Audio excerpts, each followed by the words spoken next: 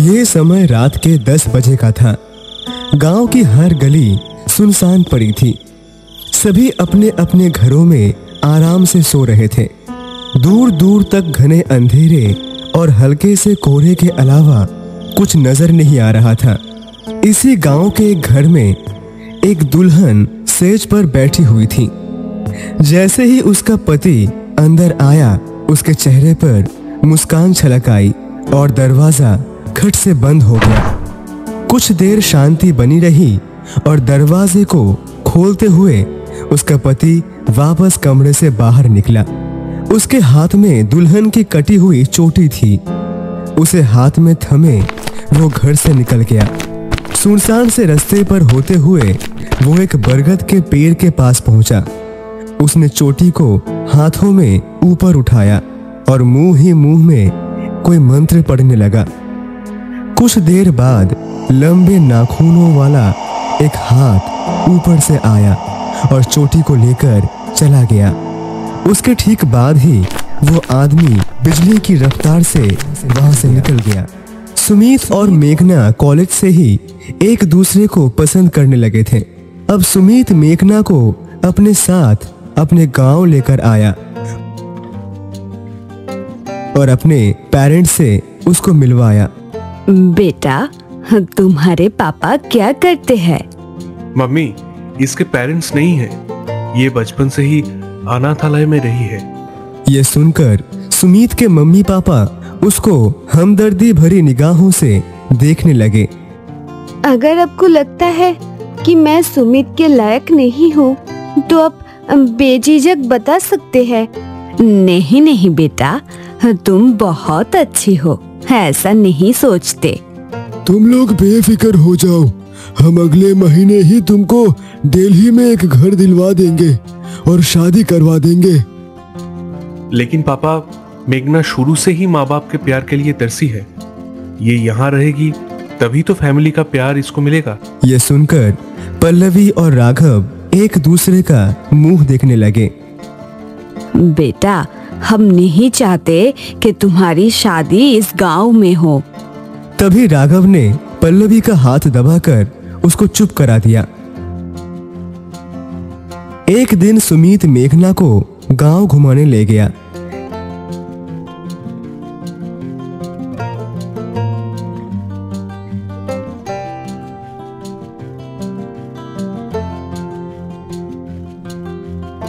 इन्होंने जीप चौक पर ही पार्क कर दी और टहलते हुए बातें करने लगे।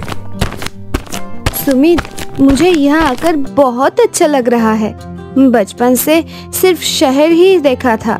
यहाँ आकर पता चला कि गांव की हवा कितनी शुद्ध होती है। ये दोनों इसी तरह बातें करते हुए आगे बढ़ रहे थे। धीरे धीरे ये उसी बरगद के पेड़ के पास पहुंच गए। तभी एक हाथ धीरे से पेड़ से नीचे आने लगा। अरे हटो वहां से! एक आदमी ने इन दोनों का हाथ पकड़कर इनको पेड़ की पहुंच से दूर खींच लिया।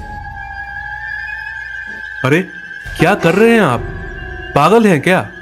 बच्चों, तुम्हें उस पेड़ के बारे में पता नहीं है क्या?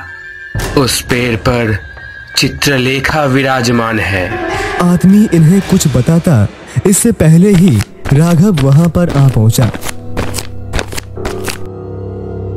अरे सुमित बेटा, अंधेरा होने से पहले घर आ जाया करो। बेटा, ये गांव है, तुम्हारा शहर नहीं। सॉरी पापा। ये दोनों अब राघव के साथ हवेली पर वापस आ गए। एक महीना शादी की तैयारी में कब निकल गया ये पता ही नहीं चला। सभी बहुत खुश थे, लेकिन पल्लवी के चेहरे पर अजीब सा डर नजर आ रहा था। राघव, अब इन दोनों की शादी यहाँ करवा तो रहे हैं, लेकिन ये उस श्राप से बचने का उपाय कैसे करेंगे? मुझे बहुत डर लग रहा है। सब हो जाएगा, अभी उनकी खुशी में खलल मत डालो। सुमित और मेघना की शादी खूब धूमधाम से हुई और ये रात उनकी जिंदगी की सबसे खूबसूरत रात थी। सुमित बेटा। जी मम्मी। बेटा, तुम मेघना के पास ही जा रहे हो ना? हाँ, उससे पहले तुमको कुछ बहुत जरूरी बताना है। ये सुनकर सुमित ने अपनी माँ की तरफ सवालिया नजरों से देखा। कुछ देर बाद सुमित मेघना के पास पहुंचा। उसे सामने से आता हुआ देखकर मेघना का चेहरा खिल उठा। सुमित उसके करीब आया और अपनी हाथ में रखी हुई कैंची को उसने टेबल पर रख दिया। फिर उसने धीरे से मेघना का घूंघट उठाया। मेरी जान, बहुत खूबसूरत लग रही हो। ये कहते हुए उसने प्यार से मेघना के चेहरे को छुआ और उसके करीब चला गया। कमरे की लाइट धीरे से बंद हो गई और वो दोनों एक दूसरे में समा गए। कुछ खूबसूरत लम्हे गुजारने के बाद ठीक 3 बजे मेघना ने सुमित से सवाल किया। सुमित, ये कैंची यहाँ क्या कर रही है? इसे तुम लेकर आए थे ना? इस पर सुमित ने थोड़ा हिचकिचाते हुए कहा, मेघना, इस गांव में हर नई दुल्हन को पहली रात में अपनी चोटी कटवानी होती है और उसे बरगद के पेड़ पर पहुंचाना होता है, और अगर वो ऐसा नहीं करती तो उसकी जान खतरे में आ जाती है। ये सुनकर मेघना एक पल को हैरान रह गई और फिर ठहाका लगाकर हंस पड़ी। अरे वाह सुमित, तुम भी ना कुछ भी बोलते हो। भला दुल्हन को अपनी चोटी क्यों कटवानी पड़ती है? दुल्हनों से इस गांव की दुश्मनी है क्या? पता नहीं, लेकिन मम्मी ने कहा है तो। अरे, मैं अपने बल नहीं कटवाने वाली, और तुमको मैं आधे अधूरे बलों में अच्छी लगूंगी क्या? नहीं यार, मुझे तो तुम्हारे लंबे बाल बहुत पसंद है, लेकिन मम्मी पापा को कैसे संभालूं? संभलने वाली क्या बात है? तुम बस उनसे कह देना कि तुमने मेरी चोटी काट दी और उस पेड़ पर टंग कर भी आ गए। बाकी कुछ दिनों तो मैं वैसे भी घूंघट में ही रहूंगी। जब मुझे कोई नुकसान नहीं होगा तो हम मम्मी पापा को सच बता देंगे। सुमित को ये बात ठीक लगी और उसने कैंची साइड में रख दी। वही दूसरी तरफ उस पेड़ पर अजीब सी हलचल होने लगी और उस पर से हंसने की भयानक आवाज आने लगी।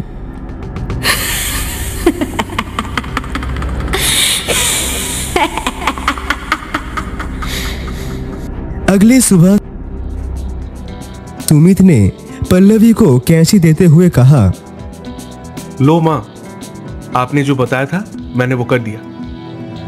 बेटा, अच्छा किया तुमने। भगवान तुम दोनों को हमेशा खुश रखे। शादी के बाद पहला दिन इनका बहुत अच्छा गुजरा, लेकिन शाम होते होते मौसम बहुत ही खराब हो गया।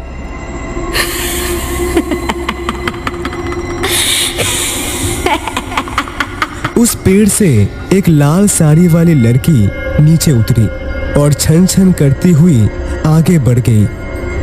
नंदिनी अपने घर के आंगन में 4 पैर पर लेटी हुई थी।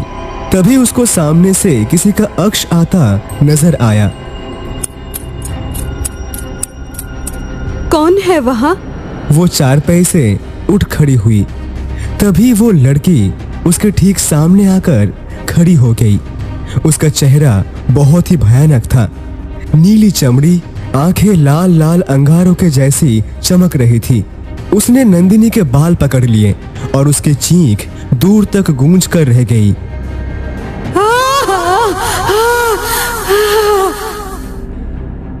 उसका पति बाहर आया तो सामने का मंजर देखकर उसका दिल दहल उठा।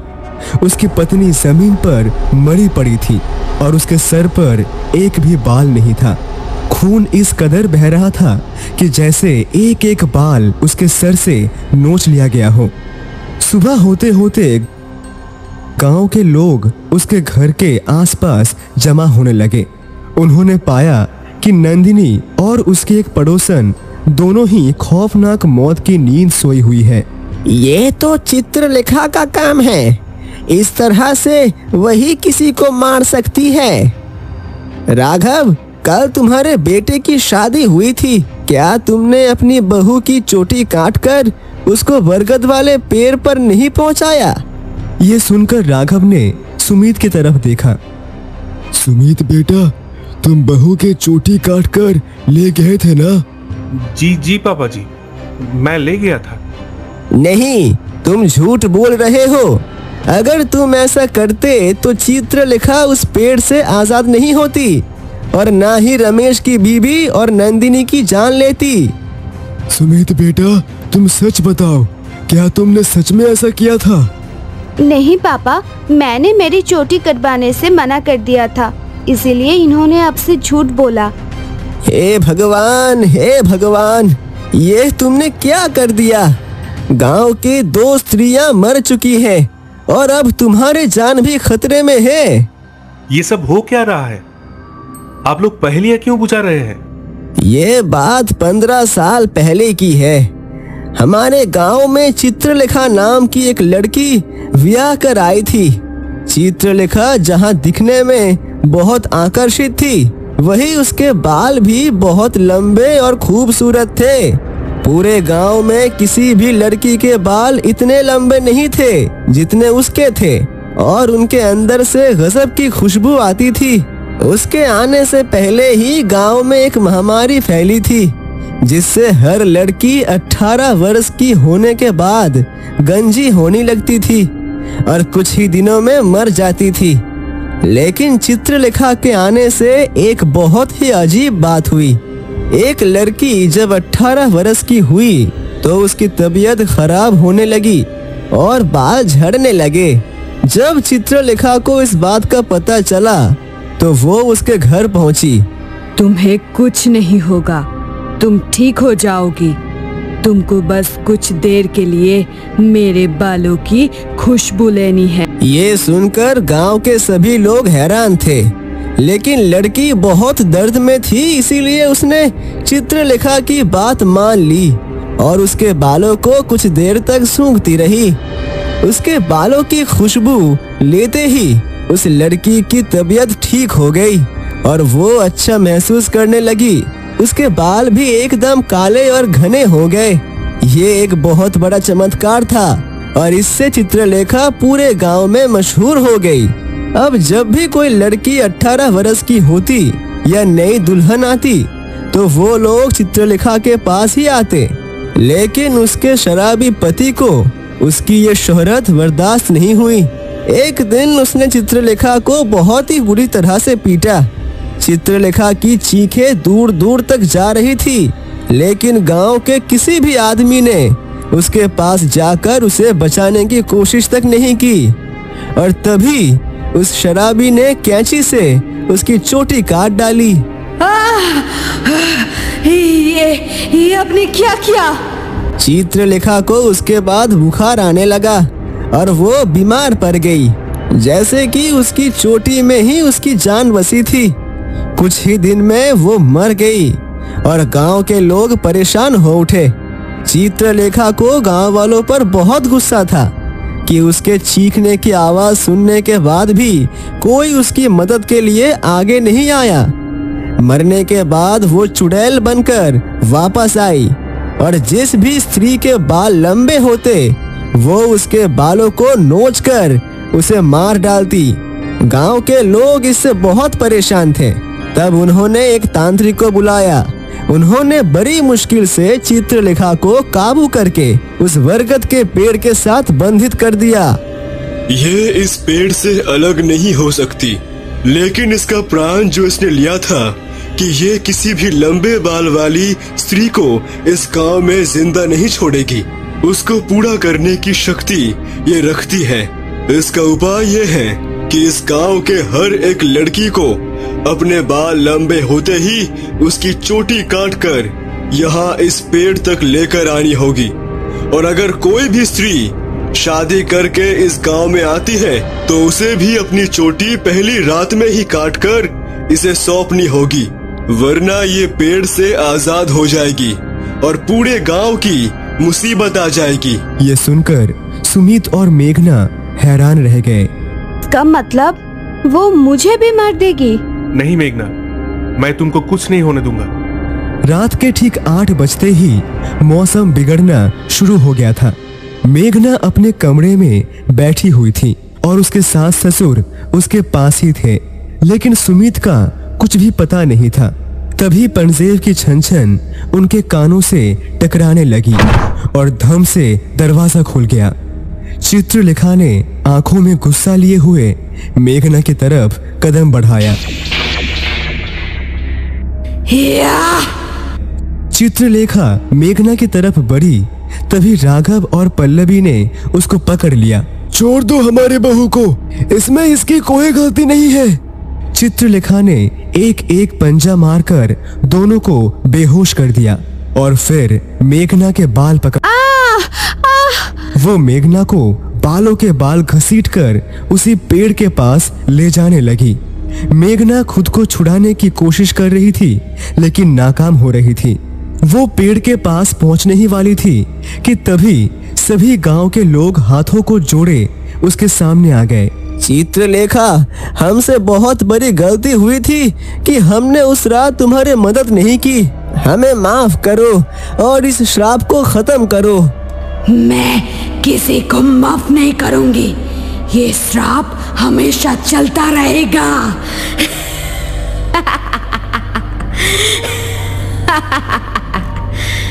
चित्रलेखा, तुम्हारा असली गुनहगार ये है। तभी सुमित सामने आया और उसने चित्रलेखा के पति मोहन को पकड़ा हुआ था। चित्रलेखा, तुम इसको खत्म करके अपना बदला लो और तुम्हारी चोटी जो इसने अपने पास सालों से रखी हुई थी वो भी ये रही। मोहन को सामने देखकर चित्रलेखा उस पर टूट पड़ी।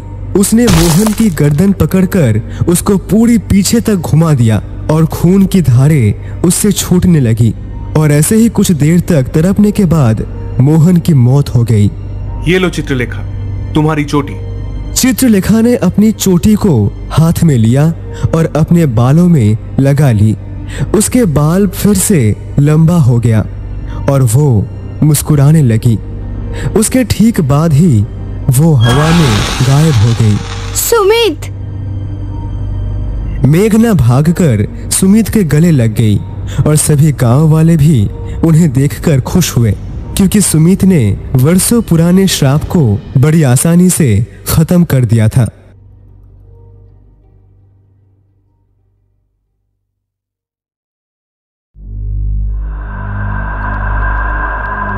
सूर्यनगर गांव में ठाकुर वीर प्रताप सिंह अपने दो संतान गिरीश प्रताप सिंह और देवेंद्र प्रताप सिंह के साथ बैठकर घर में रात का खाना खा रहे थे। नौकर धीरज उन सभी की खातिरदारी कर रहा था। तभी दुख और दर्द से भरी एक चीखने की आवाज उन सभी को सुनाई देती है।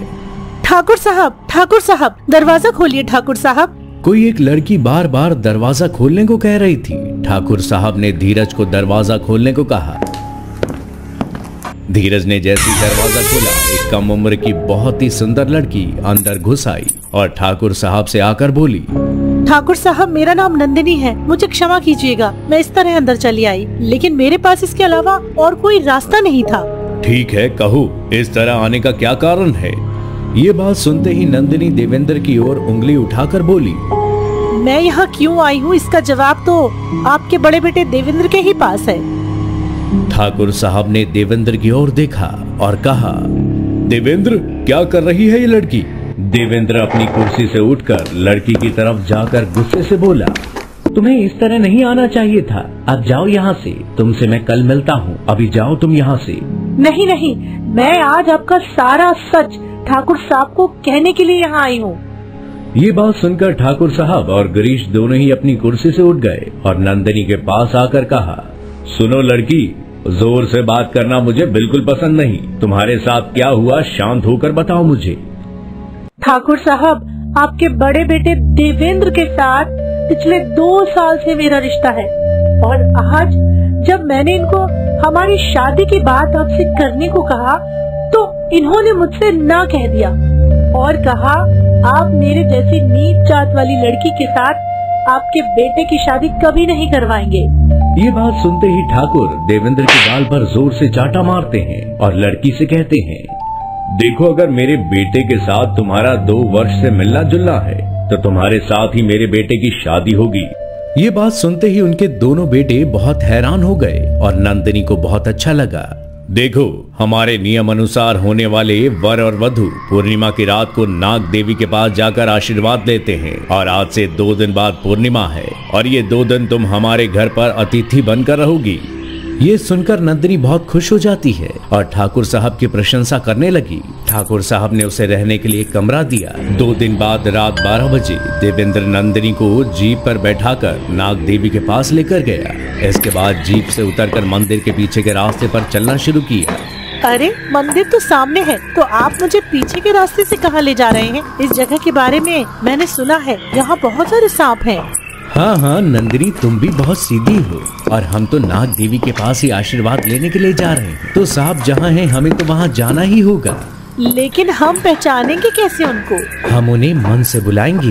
ये कहकर देवेंद्र नंदिनी का हाथ पकड़ता है और एक पेड़ की ओर लेकर जाता है। रास्ते पर छोटे बड़े बहुत से सांप घूम रहे थे, जिन्हें देख नंदिनी बहुत घबरा रही थी, लेकिन फिर भी वो देवेंद्र के साथ जा रही थी। इसके बाद देवेंद्र पेड़ के सामने आकर रुका और कहा, ठीक है, अब आंखें बंद करके हाथ जोड़ो और उन्हें मन से पुकारो, नाग देवी हमें दर्शन देगी। ये कहकर देवेंद्र ने अपनी आंख बंद की और बार बार एक ही चीज कहने लगा। देवेंद्र को देख नंदिनी ने भी आंखें बंद करके हाथ जोड़े और वो भी एक ही बात कहने लगी।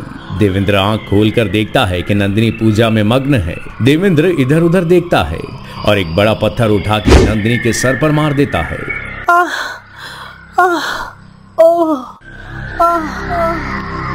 बहुत दर्द होने के कारण सर पकड़कर नंदिनी नीचे गिर गई।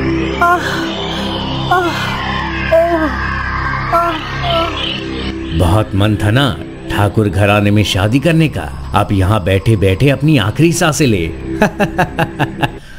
ये कहकर देवेंद्र वहां से चला गया और जीप में बैठकर चला गया। नंदिनी के सिर से बहुत खून बह रहा था और वहां से उठ भी नहीं पा रही थी। कई सारे सांप उसके अगल बगल आ जा रहे थे, जिस कारण वो हिलने की कोशिश कर रही थी, लेकिन ज्यादा देर नहीं हुई। नंदिनी ने देखा कि एक काला सांप उसकी ओर आ रहा है। तभी नंदिनी ने उसका गला पकड़ा और कहा, हे नाग देवी, आपके आशीर्वाद का ही बहाना बनाकर वो मुझे यहाँ लाया था और अब मुझे यहाँ मरने को छोड़कर चला गया। अब मैं जिंदा रहकर क्या करूँगी? और जब मुझे पता चल ही चुका है कि वो मुझे उसके काबिल ही नहीं समझता, इसीलिए आज मैं आपके सहारे आत्महत्या करना चाहती हूँ। हे भगवान, मुझे माफ कर दीजिएगा। ये कहकर नंदिनी ने अपना मुंह खोला। नंदिनी उसके मुंह के पास सांप को लेकर आई और नंदिनी के मुंह में सांप ने डस लिया। कुछ देर बाद नंदिनी की सांसें चलनी बंद हो गई और उसके शरीर पूरा नीला हो गया। देवेंद्र के घर आते ही ठाकुर साहब ने उससे पूछा, काम हुआ या नहीं? तभी देवेंद्र ने हंसकर कहा, हो चुका है पिताजी।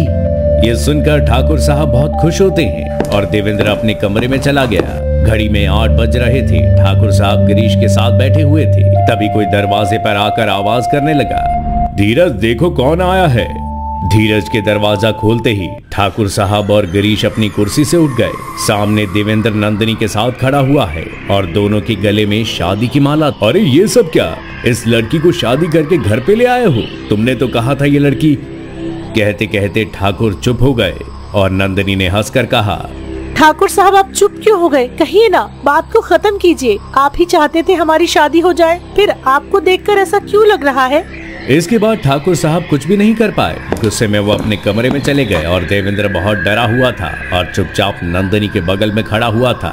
चलो नंदिनी, हम कमरे में जाते हैं। ये कहकर देवेंद्र नंदिनी को अपने कमरे में ले गया। गिरीश ठाकुर साहब के कमरे में गया और कहा, पिताजी आपने तो कहा था उस लड़की का खेल खत्म हो चुका है, तो वो अभी तक जिंदा कैसे है? और देवेंद्र भैया ने उससे शादी क्यों की? अरे वो पागल हो चुका है, लेकिन इस बार लड़की का इंतजाम मैं खुद करूंगा। ये कहकर ठाकुर साहब ने गिरीश की ओर देखा और दोनों मिलकर हंसने लगे। तब लगभग रात के 2 बज रहे थे। ठाकुर साहब चुपचाप देवेंद्र के कमरे में गए। उन्होंने देखा कि देवेंद्र अपने कमरे में नीचे सोया हुआ है और नंदिनी सोई हुई है बिस्तर पर। ये देख उनको बहुत गुस्सा आया। उन्होंने एक तकिया लेकर नंदिनी के मुंह पर दबा दिया। कुछ देर तकलीफ पाने के बाद नंदिनी बेहोश हो गई। इसके बाद गिरीश उस कमरे में आया। उसके हाथ में एक बोरी थी। बाप बेटे दोनों ने मिलकर नंदिनी को उस बोरी में बंद कर दिया। इसके बाद बोरी को लेकर कहीं वहीं चले गए। उन्होंने नौकर धीरज को भी इसके बारे में कुछ नहीं बताया था, इसलिए वो लोग धीरे धीरे घर के पीछे जंगल में चले गए। गिरीश के कंधे पर बोरी थी और ठाकुर साहब उसके पीछे चल रहे थे। और कुछ देर बाद गिरीश ने चलते चलते महसूस किया कि कंधे की बोरी बहुत हल्की लग रही है। इसके लिए वो खड़ा हुआ और बोरी को नीचे उतारा और कहा, पिताजी, वो लड़की यहाँ से कहाँ चली गई? क्या? अरे मुझे कैसे पता? मैं तो तुम्हारे साथ ही चल रहा हूँ। दोनों एक दूसरे के साथ बातें कर रहे थे, तभी उन्होंने देखा कि बोरी हिल रही है और जैसे कुछ उसके अंदर अभी भी है। ये देखकर दोनों के मुंह से बातें गायब हो गई और दोनों की सांसें तेज होने लगी। फिर देखा उस बोरी में एक काला सांप निकल के आ रहा है और पास आकर सिर उठाकर दोनों को देखने लगा। वो दोनों ही देखकर डर गए। दोनों भागकर हवेली की ओर जाने लगे, लेकिन वो सांप भी उनका पीछा करने लगा और अचानक ठाकुर साहब के पैर से सांप चिपक गया। ठाकुर साहब नहीं चल पा रहे थे, नीचे गिर गए। सांप उनके पैर से हटकर उनके सिर के पास आया और तभी सांप नंदिनी में परिवर्तित हो गया। लेकिन ये नंदिनी पहले वाली नंदिनी से बिल्कुल अलग थी। इसके शरीर पर एक अलग ही रोशनी है और आंखें भी पूरे तरीके से नीली थी। इसे देखकर ठाकुर साहब डर गए और पीछे जाने की कोशिश करने लगे। क्या हुआ ठाकुर साहब? आप अपने घर की बहू को देखकर खुश नहीं हुए? मुझे माफ कर दो, मुझे जाने दो। मैं वादा कर रहा हूँ कि मैं तुम्हें घर में रानी के जैसे रखूंगा। मुझे दो बार मारने की कोशिश करके आपको आज इस बात का पछतावा हुआ। अब आपकी मौत निश्चित है ठाकुर साहब। ये कहकर नंदिनी ने अपना मुंह खोला और मुंह के अंदर से एक पतला नीले रंग का जीभ निकल के आ गया और नंदिनी का दांत बदलकर सांप के दांत जैसा हो गया, जिसे देखकर ठाकुर साहब भी डर से चीखने लगे। ठाकुर साहब के उठने से पहले ही नंदिनी ने उनके ऊपर हमला कर दिया। उनके गले में अपनी नीली जीभ से डस लिया और धीरे धीरे उनका शरीर नीला होने लग गया। नंदिनी खड़े होकर ठाकुर साहब को तड़पते हुए देखने लगी। ठाकुर साहब ऐसे तड़प रहे थे जिसे देखकर ऐसा लग रहा था कि उनके पूरे शरीर में कोई करंट का शॉक लग रहा हो। कुछ देर बाद उनका पूरा शरीर नीला हो गया और मुंह से सफेद झाग निकलने लगा। दर्द से तड़पते हुए उन्होंने अपना आखिरी सांसें ली।